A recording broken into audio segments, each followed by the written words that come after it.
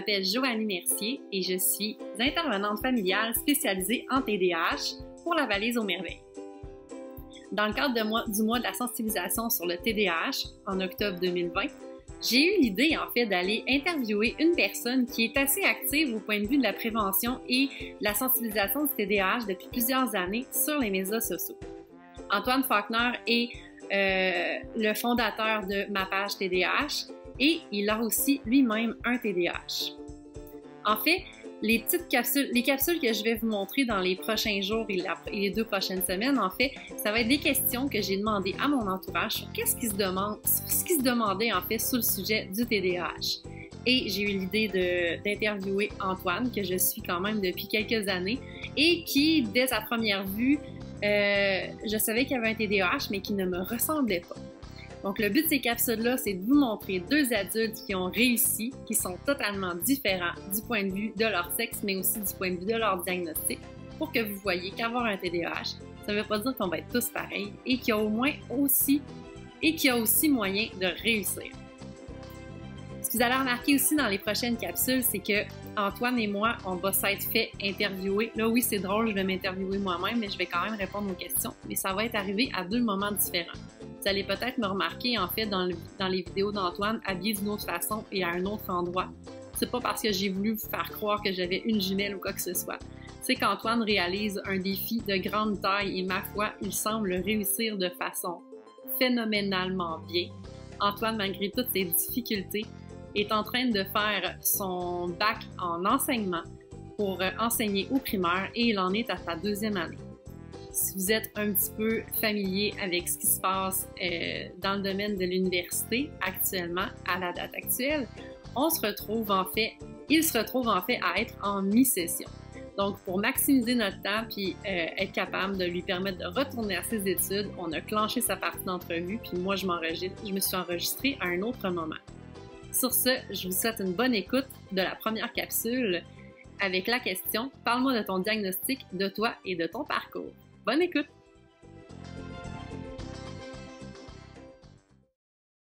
J'ai été diagnostiqué à 8 ans parce que justement, j'étais souvent dans la lune, puis mes notes, ils chutaient. Puis mes parents ils soupçonnaient ça, mais mon enseignante ne le soupçonnait pas. En fait, peut-être, là, j'ai 22 ans. 2e année, ça fait quel âge? Ça fait combien de temps, tout ça? Ça fait à peu près 15 ans, là. Ouais, c'est ça. Puis, dans le fond, c'est ça, il y a 15 ans, c'était pas la même chose qu'aujourd'hui, là. On diagnostiquait pas autant.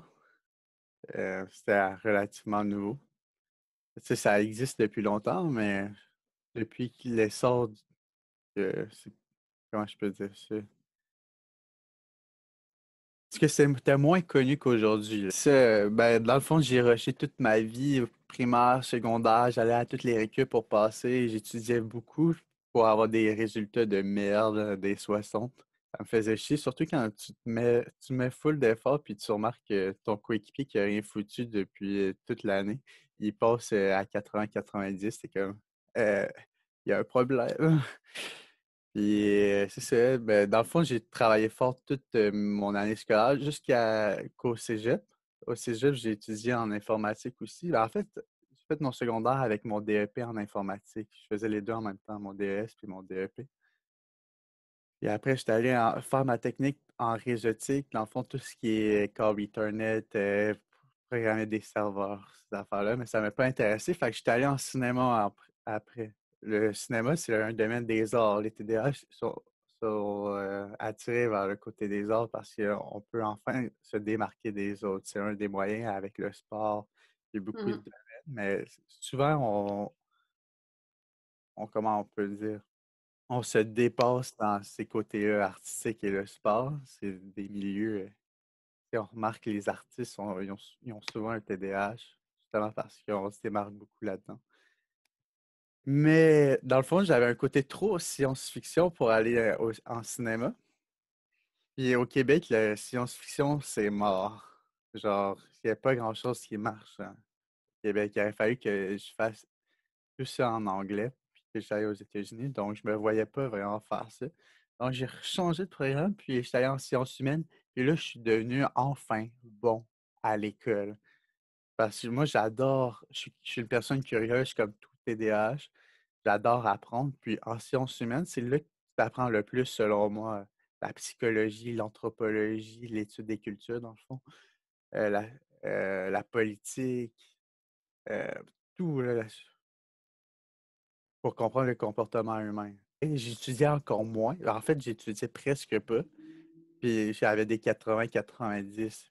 Juste pour te dire à quel point Mhm. je tripais, là. Pour une fois Ouais, dans ma ouais. vie, j'aimais l'école. Puis vu que j'étais bon à l'école, ça m'a permis d'aller à l'université. Puis là, je me dis, ah, parce que pendant un de mes cours faut raconter une histoire quand tu as un TDAH. Puis, Ah dans oui, le c'est fond, bon. dans mon cours de psychologie, dans le cadre de mon cours de psychologie, en fait, j'ai fait un stage en aide aux devoirs pour les enfants. Dans le fond, quand je faisais de l'aide aux devoirs, il fallait que je diagnostique un enfant en même temps. Et puis pourquoi? Puis j'ai adoré le concept d'aide aux devoirs, genre, parce que j'avais des troubles d'apprentissage, c'est une dyslexie, une dysorthographie, puis peut-être même une dyspraxie langagière. Je sais pas, mais je pourrais. J'ai rushé tout avec ma motricité toute ma vie aussi. Moi, j'ai été diagnostiquée à 29 ans. En fait, dans le prochain mois, au mois de novembre, ça va faire seulement 2 ans que j'ai mon diagnostic officiel. Mais on s'entend, là, mon TDAH, je l'avais pas mal avant. Sauf que, en absence de diagnostic, en fait, j'ai juste continué mon petit bout de chemin comme ça. En fait, moi, je suis chanceuse, je trouve. J'ai jamais eu de difficultés vraiment à l'école. Je suis quelqu'un qui aime l'école. Donc, c'est sûr que de ce côté-là, ça n'a pas trop été difficile pour moi d'avancer. Puis, étant donné que je suis une fille, on a tendance à être moins diagnostiqué, étant donné que c'est plus à l'interne que ça va se passer, puis qu'on dérange pas trop en classe généralement. Euh, donc, moi, dans le fond, j'ai fait mon primaire, j'ai fait mon secondaire. C'est sûr que j'étais dans des concentrations, en particulier, ça m'aidait à peut-être plus aimer l'école. C'est rendu au cégep, en fait, que ça s'est un petit peu plus gâté parce que j'ai fouillé de gauche à droite pour essayer justement de trouver ce que je voulais. C'était difficile pour moi de faire un choix, ce qui fait que j'ai essayé plusieurs petites choses là, rendues au cégep. J'ai fait du travail social, j'ai fait de l'intégration multimédia, j'ai arrêté un peu, finalement j'ai fait des cours de base, j'ai été faire mon DEP comme infirmière auxiliaire, j'ai travaillé un peu dans le domaine pour finalement me rendre compte que c'était pas vraiment ça que je voulais faire non plus. Finalement, je suis allée vers la technique d'éducation à l'enfance où c'est là que j'ai trouvé ma voie pour finalement faire ma reconnaissance des acquis en éducation spécialisée.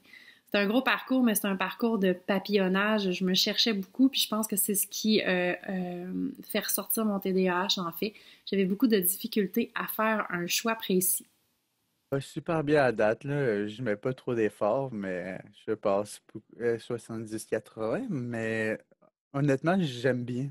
J'aimerais avoir des cours plus spécifiques à la matière, tu sais, pas des cours de psychologie qui vont rien me servir plus tard. Focaliser sur la profession. Mon parcours a beaucoup été, là, si on regarde là, du très technique. Moi, j'avais besoin de concret, j'avais besoin de faire des choses qui allaient donner des résultats. Donc, c'est pour ça que ça a été super important pour moi de faire des techniques, en fait. J'ai pas fait de pré-universitaire. Je trouvais que ça m'appelait pas tant que ça. J'avais besoin d'être dans le concret. Puis moi, en fait, puis même encore aujourd'hui, l'aspect université ne m'attire pas. Est-ce que je pourrais aller à l'université? Certainement. J'ai les notes pour, j'ai les aptitudes pour sans problème, même si j'ai un TDAH. Je dirais que c'est plus l'intérêt qui manque. J'ai déjà pris de la médication, en fait, quand j'ai été diagnostiqué en deuxième année du primaire, jusqu'à mes 18 ans, donc au début du cégep. Quand j'ai OK. créé ma page, j'ai voulu arrêter pour me dire, ah, je vais me mettre plus dans la peau des TDAH, je vais pouvoir les comprendre, faire des memes, faire des vidéos, parce que là, je vais comprendre parce que j'ai pris des médicaments toute ma vie. Puis quand j'ai arrêté, j'ai pu voir une autre personnalité que moi que je n'avais jamais vue parce que de toute mon enfance, j'étais médicamenté. Mais j'étais tellement intense que les médicaments m'ont quand même sauvé la vie académiquement. Mais bon, j'ai arrêté. Puis quand j'ai arrêté, j'ai vraiment aimé l'autre personnalité que j'avais, genre enjouée, énergique. Puis là, j'ai OK. remarqué que j'avais des effets secondaires avec les médicaments, genre OK. dépressifs. insomnie, toutes ces affaires que j'ai plus en ce moment. Et j'étais passionné par les matières, ben je passais. Moi, j'ai pris de la médication dès le départ quand j'ai eu mon diagnostic et j'en prends encore toujours aujourd'hui. C'est sûr que pour nous, les femmes, ben, il faut l'arrêter quand on tombe enceinte. Donc, éventuellement, quand je tombe enceinte, je vais devoir l'arrêter. À savoir si je vais continuer ou pas la médication, ça, je peux pas répondre encore, je ne sais pas. Ça va dépendre de bien des choses. Comment je me sens. Est-ce que mes nouvelles... comment je peux dire ça, mes nouvelles responsabilités de parents vont faire en sorte que je vais ressentir le besoin d'aller chercher cette aide-là. Il y a plein de questions, mais c'est sûr que je ne cacherai pas que j'aimerais ça, essayer de m'en sortir encore sans médicaments. Par contre, quand j'en suis venue aller chercher mon diagnostic, ce qui me caractérisait beaucoup, c'était ma grande fatigue. Donc, et ça, c'est quelque chose que mon médicament a beaucoup aidé, la gestion de mes énergies, la gestion de tout ça. Donc, je ne sais pas si je vais avoir de la médication encore.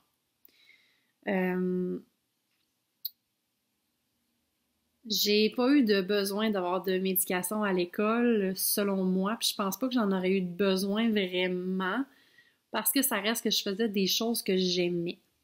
Peut-être que moi, la médication, plus jeune, ça m'aurait peut-être aidé au niveau de la gestion de mes émotions, par contre, mais allez savoir, on ne peut pas revenir dans le passé. Pour ma part, j'ai pas remarqué vraiment de différence au niveau là, de ma personnalité ou quoi que ce soit. Je pense que c'est une question là, de gestion des effets secondaires ou d'une bonne médication qui pourrait faire la différence. Mais c'est ce qui fait le tour là, de mon parcours. C'est ce qui termine la première capsule avec Antoine et moi pour répondre à « Parle-nous de ton parcours ». Dans le fond, on se revoit dans quelques jours pour une deuxième capsule. Et la prochaine capsule, ça va être sur la question « Qu'est-ce qui se passe dans ta tête quand on a un TDAH? » Bye! À plus tard!